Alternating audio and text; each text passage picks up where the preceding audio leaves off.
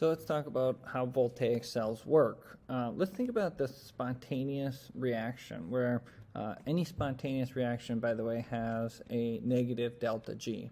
So in this spontaneous reaction, we have solid zinc reacting with aqueous copper ions.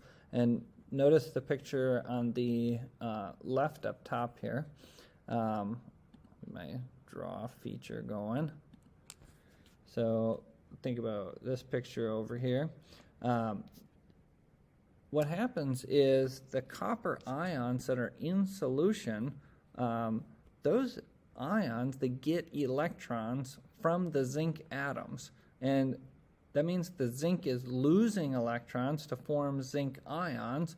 And so those zinc atoms, as they are losing electrons, hence they are oxidized, they must be going into solution. They form ions and they enter into solution. The copper is gaining 2 electrons, so we're going from ions in solution to solid copper atoms that end up getting deposited on the surface of the zinc metal. Now, the important thing here is that there is a transfer of electrons from the zinc to the copper. And that means that the zinc is being oxidized and the copper ends up being reduced. And here's the deal, is when we have a voltaic cell, it's separating the oxidation part of the reaction from the reduction part of the reaction into 2 half cells, and we force the transfer of electrons through a wire. So in the ordinary reaction, the transfer of electrons goes straight from the atom to the ion. If we can force that transfer of electrons to occur through a wire, then we'll end up getting an electric current, and we can harness that electricity to do work. So this diagram, this is the one that we really want to focus on. This is the diagram right out of our textbook, and so we want to talk about this diagram a little bit, and then we're going to sketch it out. So first things first is we have separated into 2 beakers. So I have a zinc piece of metal and a copper piece of metal in 2 separate beakers. So they're in what's known as half cells. The zinc, it is being oxidized. So the zinc atoms are going from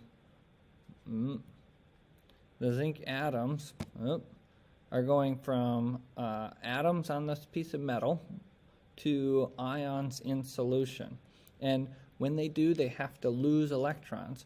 Well, those electrons are directed up through this wire where they can be used to do work, and then back down through the wire to the copper side where the copper is reduced. And so those copper atoms are getting those electrons and then sort of taking the electrons and transferring them to the ions that are in solution, and then those ions in solution actually come out of solution and are deposited on the surface of that cathode. And so we end up with this nice transfer of electrons that occurs through a wire, and we can use that to do work. One other component of a voltaic cell is this piece known as a salt bridge. Here's what would happen if we didn't have a salt bridge. We'd end up with an accumulation of positive charge in the zinc side, and we'd end up with an accumulation of negative charge in the copper side. And so the salt bridge has neutral, or I shouldn't say neutral, it has unreactive ions like spectator ions that can flow out of the salt bridge in order to balance that charge. A couple of additional quick notes about these galvanic cells or these voltaic cells.